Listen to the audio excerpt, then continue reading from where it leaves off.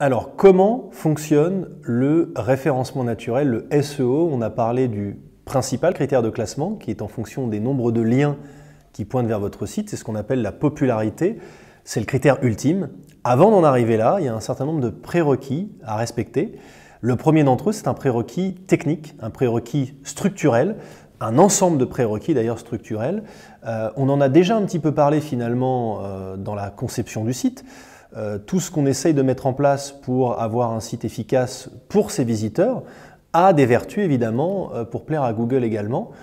Par exemple, le fait d'avoir un site adapté au mobile, le fait d'avoir un temps de chargement qui soit léger, le fait d'avoir un site qui soit en HTTPS sont des critères, sont des prérequis techniques exigés par Google pour finalement indexer les pages du site. On n'en est même pas à se poser la question de savoir si on est premier ou deuxième dans le classement de Google.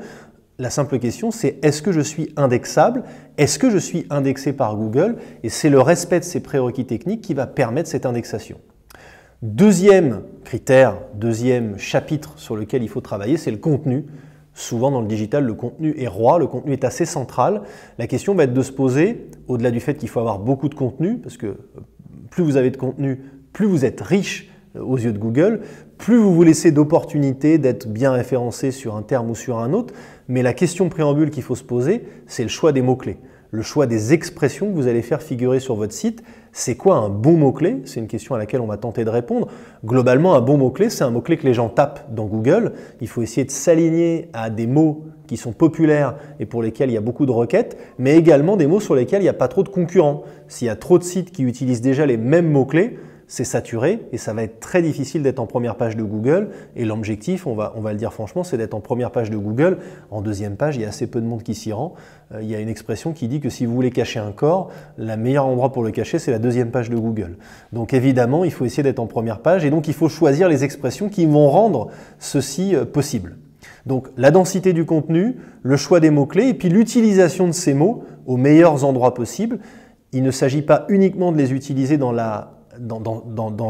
rédactionnel du site, dans les articles, il y a des règles, des astuces, des endroits qui sont prioritaires pour utiliser les mots-clés qu'on a choisis et qui vont faire comprendre à Google finalement qu'on souhaite cette orientation sémantique et que c'est sur ces mots-clés-là qu'on souhaite être référencé dans le moteur de recherche. Le dernier critère de Google, on en a déjà parlé, c'est la popularité. Plus il y a de liens qui pointent vers votre site, plus ça va vous rendre mécaniquement populaire. Chaque lien qui pointe vers votre site va être en quelque sorte interprété par Google comme un espèce de vote de confiance.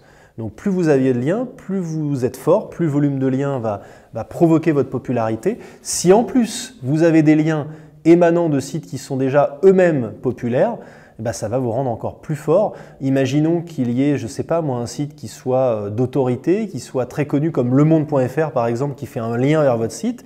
Et bien évidemment, ça aura une incidence sur votre popularité beaucoup plus forte que s'il y a un blog ou un forum lambda qui fait un lien vers vous. Il faudrait peut-être 50 liens équivalents de forums ou de blogs standards pour être l'équivalent d'un seul lien émanant du monde.fr. Donc l'enjeu, c'est la quantité des liens, c'est aussi la qualité des liens qui va rendre votre site populaire aux yeux de Google.